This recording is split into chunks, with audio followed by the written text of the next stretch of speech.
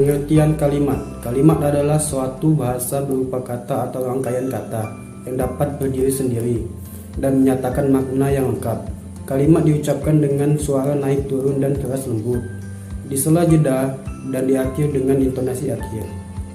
Kalimat memegang peranan penting dalam proses komunikasi karena kalimat merupakan unit terkecil dalam bahasa.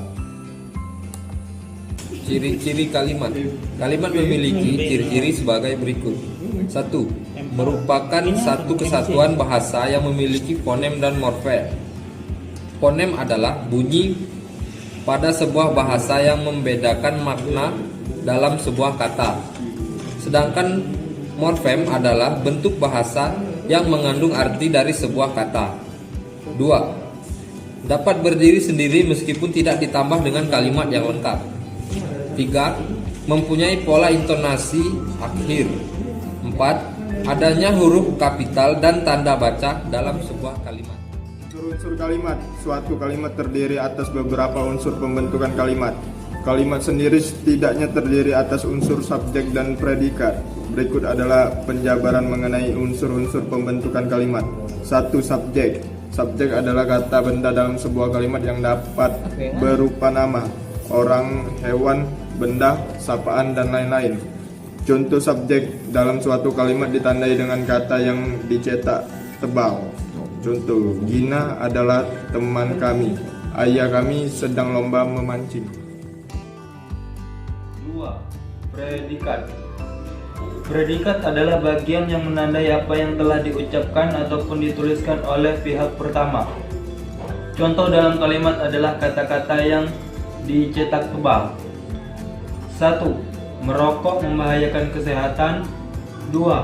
Keladi itu tumbuhan.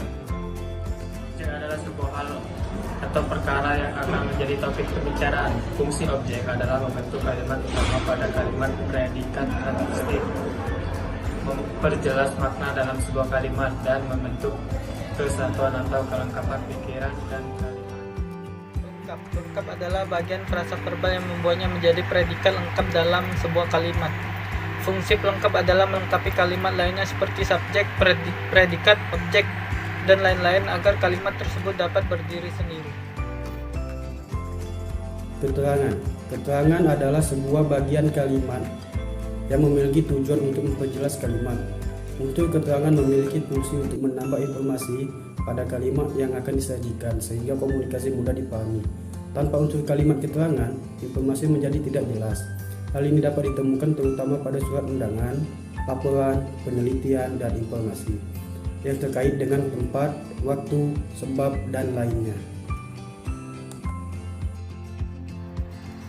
Kalimat dan klausa. Kalimat dan klausa memiliki unsur predikat dalam arti memiliki subjek dan predikat tanpa memiliki objek, keterangan, dan pelengkap. Contohnya, ibu memasak. Kata ibu berarti subjek dan kata memasak berarti predikat. Kalimat. Kalimat merupakan kumpulan kata untuk pemberian sintaksis dari kata yang terkecil. Satuan-satuan yang membentuk suatu konstruksi disebut konstituen. Analisis struktur pada suatu kalimat pada dasarnya adalah menetapkan pola hubungan konstituennya secara lengkap dengan cara menggunakan diagram. Di sini kita akan memberikan contoh, yaitu contoh konstituen kalimat.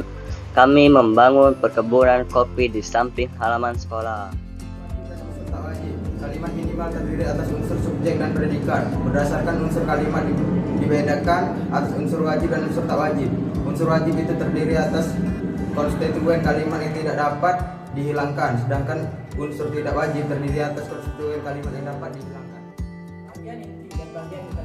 Bagian kalimat inti. Kalimat inti adalah kalimat dasar yang terbentuk dari klausa inti yang lengkap, terdiri atas kata deklaratif dan ultimatif. Pola atau struktur inti dari kalimat. Kalimat non inti adalah gabungan kalimat inti dengan proses formasi. Hal ini disebabkan proses ekspansi, penanyaan, pengingatan, dan lain-lain. Adalah kalimat yang predikatnya kata kerja. Verba aktif ditandai dengan prefiks me, memper, dan be. Kalimat aktif juga ternyata dibagi menjadi beberapa bentuk, yaitu kalimat transitif, kalimat aktif intransitif, kalimat aktif semi-transitif, dan kalimat aktif transitif. Kalimat pasif. Kalimat pasif adalah kalimat yang subjeknya dikenai suatu pekerjaan atau tindakan atau aktivitas. Subjek pada kalimat pasif berada sebelum predikatnya. Kalimat pasif ini merupakan kebalikan dari kalimat aktif. Berdasarkan subjeknya, kalimat pasif dapat dibagi menjadi dua jenis, yaitu kalimat pasif transit yang memiliki objek dan kalimat pasif intransitif yang tidak memiliki objek. 3. Syarat dan cara mengubah kalimat aktif pasif. Syarat mengubah kalimat aktif menjadi pasif dengan cara mengubah subjek menjadi objek, di mana mengubah awalan pada predikat dengan awalan di. Syarat mengubah kalimat aktif menjadi pasif adalah dengan mengubah objek menjadi subjek. Caranya adalah dengan mengubah awalan di menjadi me pada sebuah predikat.